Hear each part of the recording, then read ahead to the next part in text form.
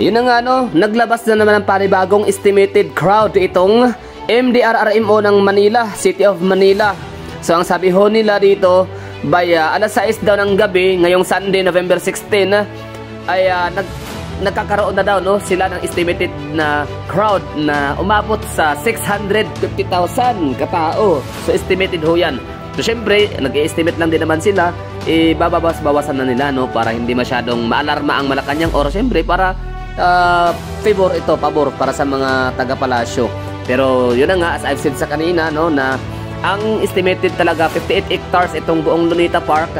So ganyan karami ang tao, punuan. So ibig sabihin ho niyan ay kung kikwentahin natin sa 200 kataong magsisiksikan sa isang 100 square meter, ay aabot ng 1.6 million, and that was alas 3 ng hapon ha. So ngayon, lalo na ngayong gabi, so nasa 2 million na talaga to estimated. Sige na, pagbigyan na natin itong mga taga City of Manila.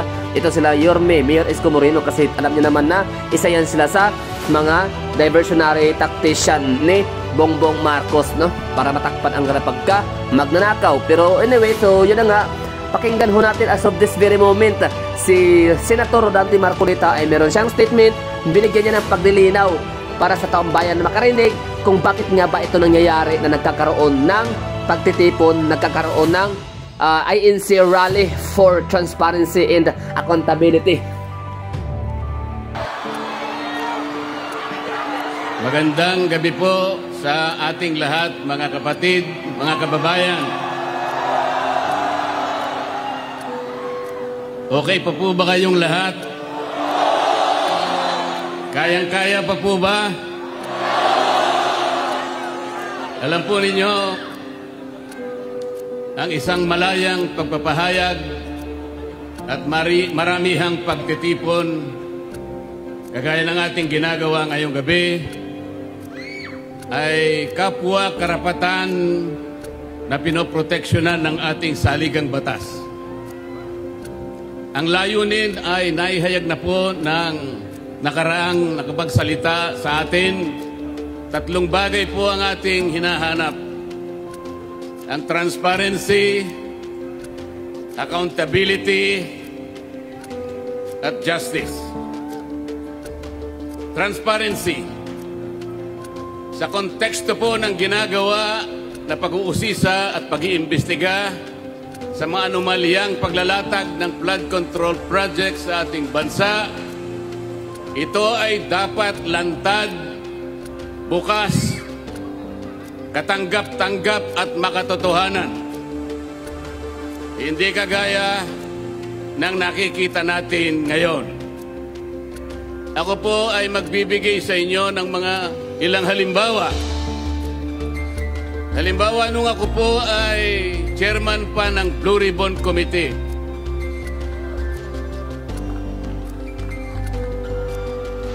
ipinasya ko po na gamitin natin yung batas na nauukol sa Witness Protection Program dahil po napakahirap talagang magturo, maglantad, tumukoy, lalong-lalo na yung mga mastermind ng kawalang hiyaang ito. Meron pong nagkusa kahit alam nilang mahirap at magsasakripisyo sila sapagkat manganganib ang kanilang buhay pati na ang kanilang pamilya. Ang tinutukoy ko po ay ang mag-asawang Diskaya. Para sa ganon ay makatulong sila sa Estado na hanapin natin kung sino yung utak, kung sino ang mastermind. Hindi pa po nakapagsisimula ang proseso, ay pinagsikapan na po na sila ay pigilan. Dahil sa umpisa pa lamang ng kanilang sworn statement, natukoy na nila initially 17 members of the House of Representatives. Kaagad sinabi na noon ay Secretary ng Department of Justice, Boying Remulla, na bago maproseso ang aplikasyon ng mga Diskaya upang baka sakaling sila ay maging testigo ng Estado, kailangan muna silang magsoli ng inaakala niyang nakulimbat nila. Ang sabi ko po sa kanya, hindi naman po pwedeng sa aplikasyon pa lang, sa pagpoproseso pa lang, ay bibigyan mo na sila ng isang requirement na kailanman ay hindi nakasulat sa ilalim ng batas. Ngunit, pinilit po niya. Ang sabi ko pa sa kanya, ang korte lamang ang magsasabi kung magkano ang isusuli ng isang tao pagkatapos ng paglilitis. Sapagkat ang korte rin naman ang magtatakda kung yung nag-a-apply sa Witness Protection Program ay a-approbin ng korte. Ang mag-a-approve po ay korte, hindi po ang Department of Justice. Ngunit dahil ayaw po nila, natatakot sila na baka sakaling magsalita pa ang mga diskaya hanggang ngayon ay hindi nila pinapayagang ang proseso para sila ay makapag-apply. Isa ito sa paraan para sa ganon ay hindi matupad ang transparency. Mamaya po ipaliliwanag ko pa lalo ang bahagi na yan. Ang isa pa po na testigo na inaakala ko na pinakatotoo, the most credible witness ever produced by the Blue Ribbon Committee, Orly Gutesa. Siya lamang po ang tumukoy at kumonekta sa pagitan ni Saldico at ang dating speaker, Martin Romualdez. Wala na pong iba. Wala na pong iba. Natakot silang lahat sapagkat totoo ang sinasabi ni Orly Gutesa. Ano po ang ginawa nila? Ang pinagtuunan po nila ay hindi umano na peking notaryo. Paano po mapepeke ang notaryo? Tayo pong lahat, saksi sa umiiral na mga pangyayari sa pagnonotaryo. Pumunta kayo sa malapit na City Hall, makikita nyo ang nakalinyang mga notary public. Meron po bang nagpapanotaryo sa inyo na bago siya umalis, ay babalikan niya kung sino man yung notaryo at itatanong niya, Sir, Madam, pasensya na po, ngunit gusto ko lang matiyak kung kayo po talaga ang pumirma sa dokumentong ito. Meron po bang gumagawa noon? Yun po ang kanilang ginagamit na dahilan para ilihis. Para sa ganon makaiwas sa tunay na tinutumbok ng kanyang mga testimony. Ganito po ang ginagawa nila para sa ganon ay saggaan ang transparency. Mamaya po ipaliliwanag ko pa ang pangyayaring ito. Pagkatapos ginawa po ang tinatawag na ICI. Ito po yung Independent Commission on Infrastructure. Tinatanong ko po paano naging independent ang ginawa nilang ito samantalang sila po ay humihingi ng tulong sa House of Representatives, humihingi ng impormasyon sa Senado, humihingi ng impormasyon sa Sandigan Bayan, sa mga korte, at sa lahat ng mga opisina ng ating pamahalaan. Hindi siya independent. At hindi pinakikita yung kanilang proceedings. Mga ilang linggo nang nakararaan, nag-submit ng affidavit ang dating Speaker ng House of Representatives. Meron po bang nakaalam sa inyo ng pangyayaring ito? Iniulat ba nila sa atin kung anong nilalaman ng affidavit ni Martin Romualdez? Wala po. Hindi po. Talagang gusto tayo ay hindi natin makita ang katotohanan. Ililihis, isisinsay ang katotohanan. Papayag po ba kayo sa ganitong patakaran? Mga kababayan, ang sinusuri, ang iniimbestiga na bilang ng mga flood control projects ay hindi bababa sa 9,000. Sa ngayon po, ang sabi po nila ay nakapagpalitaw na sila ng 500 ghost projects. Hindi ko po alam kung paano nangyari ito. Ang Department of Public Works and Highways gumagamit ng sari-saring applications.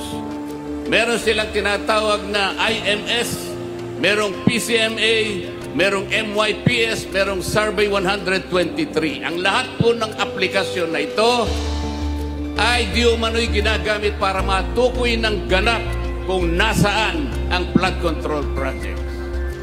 Pero ang totoo po, wala naman pala silang ginagamit mga satellite. Yung sinasabi nilang real-time geotag na project ay marami po ang supply. Kaya hindi po talaga natin kailanman madidetermina ilan ang ghost flood control projects. Meron pa silang tinatawag na quality assurance units. Ito pong opisinang ito ang nakasentro sa pagtingin sa kalidad sa pagkakagawa ng mga flood control projects. Ito ay mula sa kanilang central office, meron silang satellite office sa kanilang mga regional offices at ganun din sa mga district offices. Meron pa silang tinatawag na CPS. Ito po ay yung sistema para sukatin ang competence, ang kakayahan, ang kalidad ng mga contractors na gagamitin. Kung lahat ng pamamaraan na ito, kung lahat ng sistemang ito ay kanilang sinunod, kailanman ay hindi magkakaroon ng ghost projects. Anong ibig sabihin po nito? Hindi po nila sinunod ang mga tuntunin. Nagbulag-bulagan sila sa mga tuntunin. Sapagkat ang pinag-uusapan natin ngayon, mga kababayan, ay halos 1 trilyon piso na nakulimbat sa kaban ng bayan. Ito na po siguro ang pinakamalaking pagnanakaw sa kasaysayan ng Republika ng Pilipinas. Tama po ang mga sinabi ng naunang nagsalita sa atin. Kailangan po natin talaga ang transparency. Kailangan po natin talaga ang accountability. Kung walang transparency, hindi natin makikita, hindi malalantad sa ating lahat. Kung sino ang utak, kung sinong pinuno, kung sinong nag-isip ng lahat ng bagay nito. At kung hindi sila magiging accountable kahit kailan, ay hindi magkakaroon ng hustisya sa ating bansa.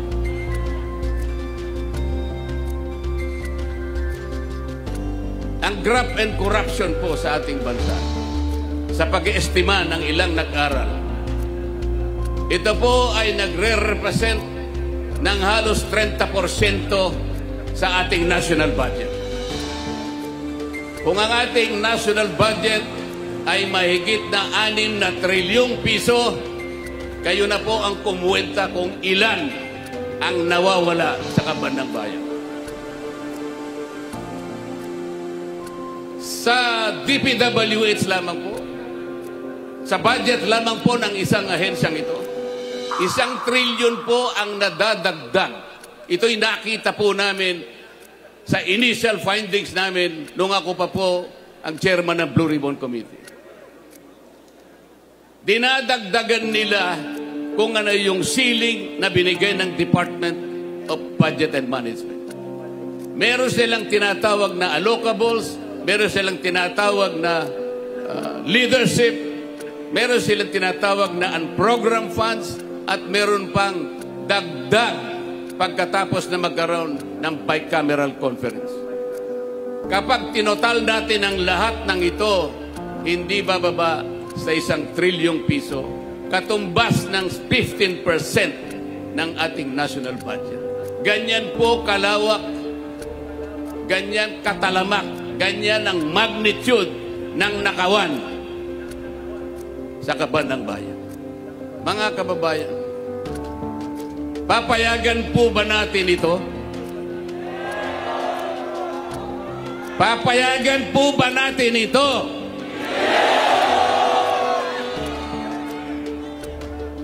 Ano po ang nangyari dahil ganito nga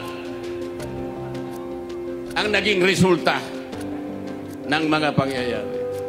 Alam po ba ninyo kung magkano ngayon ang outstanding debt, ang pagkakautang ng ating bansa? Alam po ninyo kung gaano ang halaga ngayon na utang ng ating bansa? 17 trillion pesos. Katumbas po yan ng 63% debt to GDP ratio. Ano po ang ibig sabihin niyan? Masyadong mataas po yung bahagdan, yung ratio ng ating pagkakautang sa ating national na pangkabuhayan. Ang ibig sabihin po niyan, pagka mataas ang ratio, nag-aatubili, nagkakaroon ng pag-aagam-agam, natatakot ang mamumuhunan sa ating bansa. Baka hindi tayo makabayad sapagkat masyadong mataas ang ratio. Pati po yung mga nagpapautang na pandaigdigan, nagmamasid na lang sila. Tinitingnan kung tayo makakabangon o hindi. Yan ang magiging kalagayan ng ating bansa sapagkat mawawalan na sila at nawalan na sila ng kumpiyansa sa ating kakayahan na bumangong muli. Ang ibig pang sabihin yan, kung 63% ang ratio ng ating pagkakautang sa ating pangkalahatang kabuhayan, 63% ng ating kabuhayan ay nakalaan lamang sa pagbabayad ng ating utang. Ilan po ang matitira? 37% na lang ang gagamitin na panustos sa pangangailangan ng bawat isang mamamayan. Papayagan po ba natin ito?